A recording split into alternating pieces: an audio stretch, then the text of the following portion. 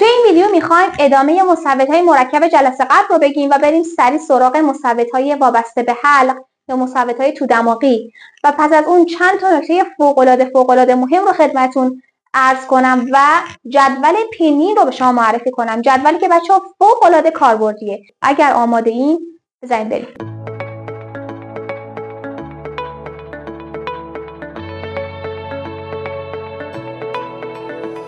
بچه‌ها سلام، امیدوارم که حالتون خوب باشه و حال و حوصله آموزش یادگیری زبان چینی رو داشته باشید. اگر تا الان کانال چینی کورس رو سابسکرایب نکردید حتما یادتون نره کانال رو سابسکرایب کنید، ویدیوهای قبلی رو حتما مشاهده کنید. بچه‌ها ویدیوهایی که گرفته میشه به هم زنجیره و پیوسته است، یعنی شما باید اول ویدیوی قبلی رو ببینید. توی جلسه قبلی ما اومدیم مثبت‌های مرکب رو توضیح دادیم، آوایتون رو هم گفتیم. اگر ویدیوی قبلی رو ندید لینکش رو این بالا میذارم، حتما همین الان برید ویدیوی قبلی رو ببینید قبل از اینکه این جلسه رو شروع کنید. توی این جلسه میخوایم چیکار کنیم؟ میخوایم ادامه مثبت‌های مرکبی که توی جلسه قبل گفتیم رو براتون بگیم و بعداً بریم سر مثبت‌های وابسته به حلق یا اصطلاحاً مثبت‌های وابسته به بینی و پس از اون چند تا نکته فوق‌العاده مهم رو براتون بگم. بچه‌ها حتما این جلسه رو جزوه برداری کنید. پرحرفی نمی‌کنم، بریم سر آموزش. خب توی ویدیوی قبلی ما یه سری مثبت‌های مرکب رو معرفی کردیم. توی این جلسه میخوایم ادامه مثبت‌ها رو براتون بگم. این چند تا مثبت ادامه مثبت‌های جلسه قبلیه و این قسمت از تابلو مثبت‌های وابسته به بینی و وابسته به حلقه که براتون توضیح میدم. خب بچه‌ها مثبت ساده ای با ا ترکیب شده صدای ای رو گرفته. خب مثل توی کلمه جی استفاده شده. اینجا توی کلمه جی صامت جی که صدای جی میداد توی زبان چینی با مثبت مرکب ای که ترکیب شده صدای جی رو میده. البته آوای اول رو هم داریم. خب بچه‌ها برای بعضی از مثبت‌ها من مثال نوشتم، برای بعضیاش ننوشتم به خاطر اینکه تابلو خیلی شلوغ میشه. مثبت مرکب بعدی او هستش و ا با هم دیگه ترکیب شدن صدای او رو میده. مثبت بعدی او و او با هم دیگه ترکیب شدن صدای او رو میده. مثبت بعدی ای ا و او با هم دیگه ترکیب شدن صدای یا رو میده. توی کلمه سیاه ما همچین مثبتی رو استفاده کردیم. اومدیم صامت x که گفتیم صدای بین سین و شین میده رو با مثبت مرکب یا ترکیب کردیم به اضافه آوای سه. حالا چجوری این کلمه تلفظ میشه بچه‌ها؟ اگر یادتون باشه این ریویو برای جلسه قبلی، اگر یادتون باشه ما گفتیم آوای سه رو چجوری تلفظ میکنیم. صدا از بالا میاد به سمت پایین انگاری که صدا قطع میشه و دوباره صدا جون میگیره. سیاه. خب مثبت بعدی مثبت او ا و ای هستش که صدای وای میده. توی کلمه کوای ما ازش استفاده کردیم. صامت کی با مثبت مرکب وای ترکیب شده صدای کوای میده. خب تا اینجا بچه‌ها ادامه مثبت‌های جلسه قبل بود. ما یه دسته دیگه مثبت مرکب داریم که اینا مثبت‌های ساده اومدن با صامت‌هایی که تو دماغی تلفظ میشن ترکیب شدن. بچه‌ها دو تا صامت داریم توی زبان چینی، توی سیستم پینین که تو دماغی تلفظ میشن. یکی نه هستش و یکی هم که صامت گ هستش. صامت گ اگر آخر کلمه قرار بگیره همیشه صدای تو دماغی میده. یعنی چی تو دماغی که میگن؟ یعنی که شما باید تلفظش بکنید ولی طرف مقابلتون متوجه نشه، یعنی صدای گ رو نشنوه. حالا توی مثبت‌ها براتون میگم. اولین مثبت ا با ن ترکیب شده صدای ان رو میده. خب مثل کلمه لن. خب کلمه لن صامت ال با مثبت مرکب ان و آوای سه با هم دیگه یک کلمه رو تشکیل دادن به معنی تنبلم هست. خب مثبت مرکب بعدی ا با ن ترکیب شده و صدای ان رو میده. توی کلمه من این مثبت رو داریم به معنای درب. بچه‌ها جلسه قبلی اگر یادتون باشه گفتم آواها رو با دست بکشید، با دست برای خودتون نشون بدید. تا سطح متوسط که رسیدید آواها رو با دست انجام بدید و تلفظ کنید و در غیر این صورت نمیتونید تلفظ درستی داشته باشید. خب مثبت مرکب بعدی ای هست و ان که صدای این میده. توی کلمه چین ما این مثبت رو ازش استفاده کردیم. این کلمه رنگ شده. مثبت او. خب مثبت او و ان صدای اون را میدن. بچه‌ها انگاری که میگید اون، ولی نباید طرف مقابل متوجه بشه شما میگید اون. خیلی تون باید بگید ون. خب اینجا اومده با صامت کی ترکیب شده که همون صدای کی میداد و میشه کون. خب نکته‌ای که خیلی مهمه، من اینجا رو هم مثل توپ مشکی کشیدم، توجه کنید بچه‌ها. ما توی سیستم پینین 2 تا صامت خاص داریم، یکی وای و یکی دبلیو هستش. زمانی که صامت وای و دبلیو با مصوت هامون ترکیب میشن، یک کوچولو تلفظه متفاوت میشه و نوشتار پینین هم تغییر میکنه.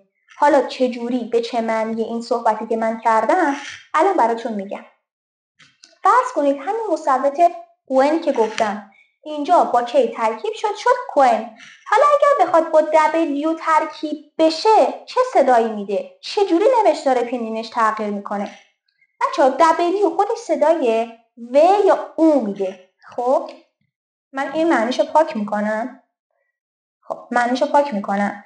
اگر که دبلیو بخواد با when ترکیب بشه یه همچین چیزی باید اتفاق بیفته، درسته؟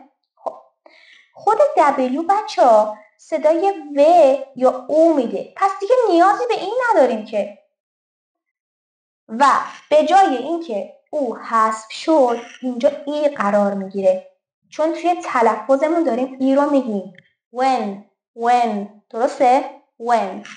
بچه‌ها او رو نمیگم، او فقط توی نوشتار حذف میشه، توی تلفظ حذف نمیشه. و هم شما باید وی رو تلفظ کنید، هم شما باید او رو بگید. when. نه when باید بگید، نه when باید بگید. when. خب امیدوارم که اینجا متوجه شده باشید. یه نکته که خیلی مهمه بچه‌ها، بعد بگم بهتون حتما. الان توی جلسه قبلی می‌خواستم بگم، گفتم سنگین نشه و خدای نکرده قاطی نکنید. توی این جلسه میگم همیشه همه صامت هامون با همه مصوت هامون لزوما ترکیب نمیشن. یعنی هیچ قاعده ای نداریم که تمامی صامت ها بتونن با تمامی مصوت ها از جمله مصوت های ساده یا مرکب ترکیب بشن. حالا از کجا بفهمیم که کدوم صامت ها میتونن با کدوم مصوت ترکیب بشن؟ یه جدولی داریم، جدولی که ثبت شده، جدول پینین. بچه‌ها این رو توی اینترنت سرچ میزنید، جدول پینین رو دانلود میکنید. با کیفیت بالا هم بگید، چون معمولا توی سایت‌های ایرانی کیفیت پایینش هست.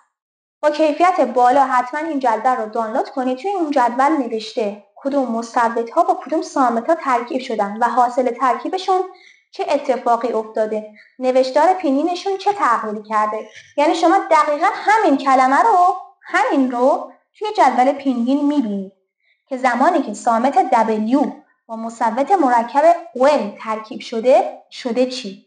دقیقا این رو میبینید. خب این رو گفتم برای اون دسته افرادی که میگن که ما از کجا بفهمیم که کدوم صامت به کدوم مصوت ترکیب میشه. از اینجا جدول پینین رو دانلود کنید، استفاده کنید. خب این سر مصوت بعدی یون. خب اینجا هم همینطور بچه‌ها. گفتم صامت W، این تخفیف‌ها رو بردارم، اینو پاک میکنم دیگه.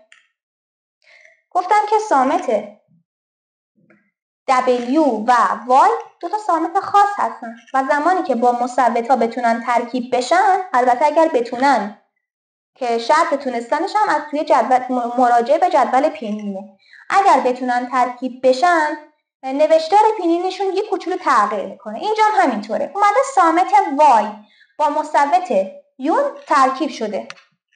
در واقع همچین شکلی باید بهمون بده، درسته؟ خب ولی بچه خود وای صدای یه میده، صدای ای میده، بنابراین دیگه نیازی به یو نیست، نیازی به اوه. باید به جای یوه او رو قرار بدیم، یون. چرا؟ چون خود وای صدای یه میده. اوکی؟ میریم سر مصوت بعدی. ای و ا و ن با هم دیگه ترکیب شدن ین رو میدن. مثل کلمه جیم. یو با ا و ن ترکیب شدن صدای یون رو میدن. او و ای و ا و ن با هم دیگه ترکیب شدن صدای وان رو میدن. خب اینجا مثبتایی هستن که آخرشون همشون با گ تموم میشن. توجه کنید همشون با گ تموم میشن. پس باید این گ را تو دماغی بگیم. من دیگه یکی نمیگم اینا رو، فقط صداهاشون رو میگم. آن جی نباید بگیم. آن، ان، این، اون، مثل کلمه جون معنی وسط. ایون. خب دوباره یه دونه توپ رو من اینجا گذاشتم. میخوایم چیکار کنیم؟ بچه ها مثبت ایون زمانی که با ایکس که همون صدایی بین سین و شین میده ترکیب میشه سیون. کلمه سیونگی هم به معنی برادره. حالا اصلا کار به دیش نداره. میشه سیون. حالا من توی جدول پینگین دیدم که مثبت یون با وای هم ترکیب شده. اومدم براتون بگم که چه اتفاقی توی نوشتار و تلفظ پینینش میفته. خب اینجا بچه‌ها گفتیم خود وای دیگه صدای ای میده. پس این آی اول حذف میشه. ببین من روش خط کشیدم. اول بنویسمش که شما بنویسید مثبتشو. بچه‌ها مثبتشو بنویسید. مثبتش اینه. IONG. خب زمانی که با وای ترکیب میشه بچه این دیگه خط میخوره. خودش هم صدای آی میده. دوتا آی که نمیخوایم که خودش خط میخوره. پس میشه ولی توی تلفظ وجود داره. یون ولی نباید ایشو زیاد محکم بگید. یون. خب مثبت بعدی اول پاک میکنم دوباره مینویسم که شما درست بنویسید. او، ا، ان و گ با هم دیگه ترکیب شده صدای واین رو میدن. وان. خب حالا من رفتم توی جدول پینین دیدم که مثبت مرکب واین با دبلیو هم ترکیب شده. خب با وای ترکیب نشده ولی با دبلیو ترکیب شده. گفتم چه بهتر که بیام براتون مثال بزنم ببینید چه اتفاقی میفته سر پینینش. خب بچه‌ها خود دبلیو صدای و و او میده. وای هم صدای ی و ای میده.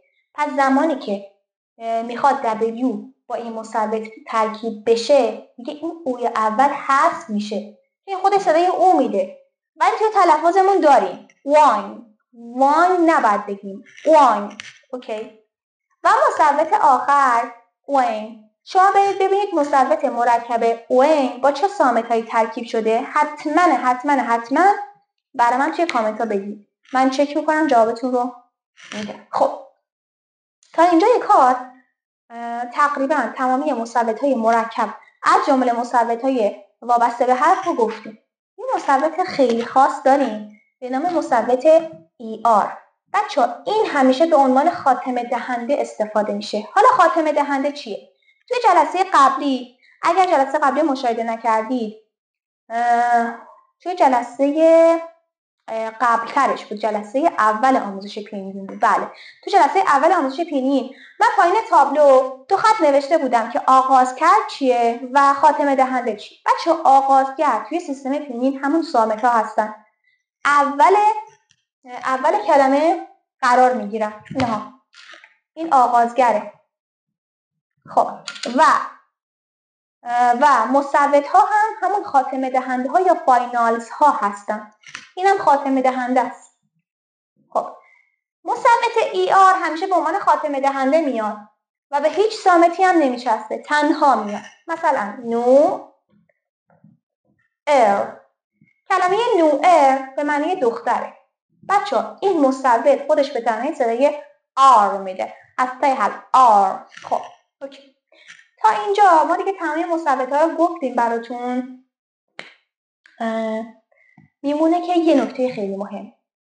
تا اینجای کار گفتیم که آواها روی کلمه قرار میگیرن و آهنگ کلمه رو تغییر میدن. اوکی. خب حالا سوال شاید براتون پیش اومده باشه که آوا روی صامت قرار میگیره توی کلمه یا روی مصوت، یا اصلا فرقی نداره، هر جا گذاشتیمش. خب میایم سر این بحث بچه، میایم سر همین کلمه. من اینو پاک میکنم دیگه. کلمه جیه رو یه بار دیگه مینویسم.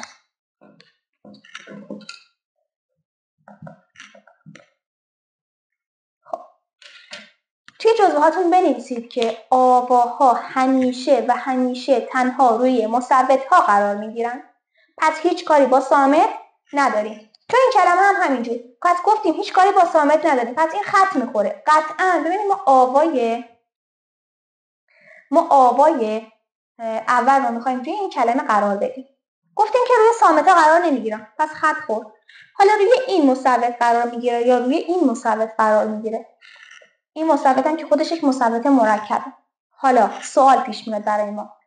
اگر جلسه قبلی رو باز هم میگم بچه‌ها، ویدیوهای من به هم زنجیره و به هم پیوسته است. حتما باید قبلی‌ها رو تماشا کنید. اگر قبلی‌ها رو تماشا کرده باشید، من گفتم که مصوت‌های ساده ترتیب دارن و گفتم این دلیل ترتیبشون هم حتما براتون میگم. گفتم اولویت از اینجا بیشتره، هر چه به سمت این طرف به سمت راست میاد کمتر میشه. اینجا هم همینجوره. اولویت قرار دادن آوا هم با مصوتی هست که اولویتش بالاتر باشه. خب حالا مصوت ای اولویتش بالاتره یا مصوت ا؟ میبینیم ای اینجاست، ام اینجاست. خب این ا بیشتره دیگه، حتما روی این قرار میگیره. این هم نکته‌ای بود که باید بهتون میگفتم. ببینم که یه مثال دیگه هم براتون توی همین مورد میزنم. اینجا کلمه سیاه. خب گفتیم که روی صامت که قرار نمیگیره آوا، پس این خط میخوره. میمونه این سه تا مصوت ما. مصوت ای که جایگاهش اینجاست، هم که جایگاهش اوله، او هم که جایگاهش اینجاست. خب کدوم جایگاهشون بیشتره؟ اولویتشون بیشتره. این اولویتش بیشتره دیگه. باز هم آوای 3 اینجا قرار گرفته. امیدوارم که از این جلسه آموزش خوشتون اومده باشه. اگر که تا الان کانال چینی کورس رو سابسکرایب نکردید، حتما همین الان عضو این کانال بشید و زنگوله کنارش هم بزنید که من ویدیو جدید آپلود کردم حتما شما مطلع بشید. اگر ویدیو رو لایک نکردید و خوشتون اومد از این ویدیو، حتما ویدیو رو لایک کنید و برای دوستاتون و علاقه‌مندان به زبان چینی هم ویدیوها رو بفرستید. اگر سوالی، اشکالی و موردی هست که بنده نگفتم و برای شما ابهام شده، حتما توی کامنت ها یا توی دایرکت اینستاگرام به همین آدرس چینی کورس برای من ارسال کنید. حتما در اسرع وقت جوابتون رو میدم. در مورد کلاس‌های آموزش گرامر زبان چینی هم خیلی سوال کرده بودید از من. بچه‌ها فعلا دوره برگزار نمیشه. کلاس‌ها تک نفره خصوصی هستن. درساتی که تمایل داشته به بنده اطلاع بدید. امیدوارم که خسته نشده باشید. انگیزه کافی برای مشاهده ویدیوهای بعدی رو هم داشته باشید. خدا نگهدار.